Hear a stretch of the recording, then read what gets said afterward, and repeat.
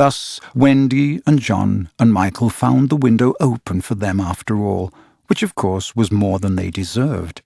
They alighted on the floor, quite unashamed of themselves, and the youngest one had already forgotten his home. "John," he said, looking around him doubtfully, "I think I have been here before." "Of course you have, you silly. There is your old bed." "So it is," Michael said, but not with much conviction. "I say," cried John, "the kennel!" and he dashed across to look into it. "Perhaps Nana is inside it," Wendy said, but John whistled. "Hello," he said. "There's a man inside it." "It's Father!" exclaimed Wendy. "Let me see Father," Michael begged eagerly, and he took a good look. "He is not so big as the pirate I killed," he said with such frank disappointment that I am glad Mr. Darling was asleep. It would have been sad if those had been the first words he heard his little Michael say. Wendy and John had been taken aback somewhat at finding their father in the kennel. "Surely," said John, like one who had lost faith in his memory, "he used not to sleep in the kennel." "John," Wendy said falteringly, "perhaps we don't remember the old life as well as we thought we did." A chill fell upon them, and served them right.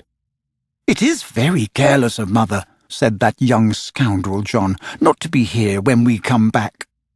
It was then that Mrs. Darling began playing again. "It's Mother!" cried Wendy, peeping.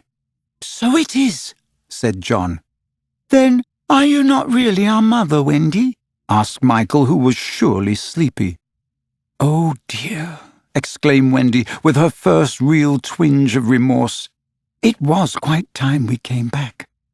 "Let us creep in," John suggested, "and put our hands over her eyes."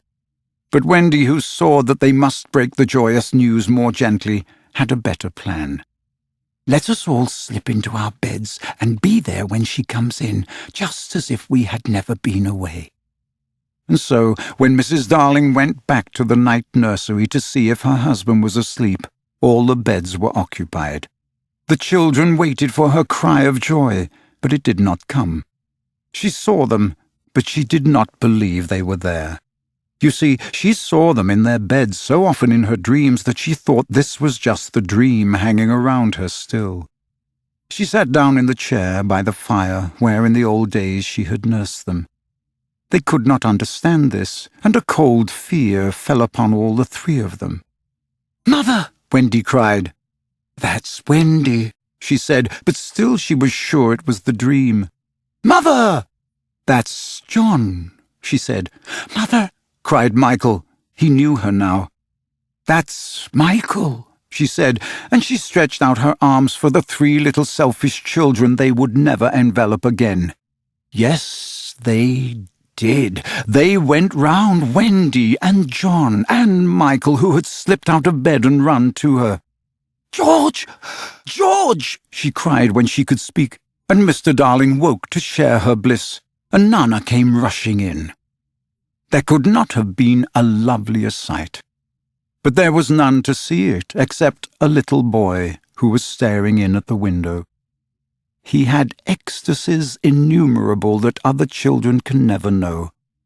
But he was looking through the window at the one joy from which he must be forever barred.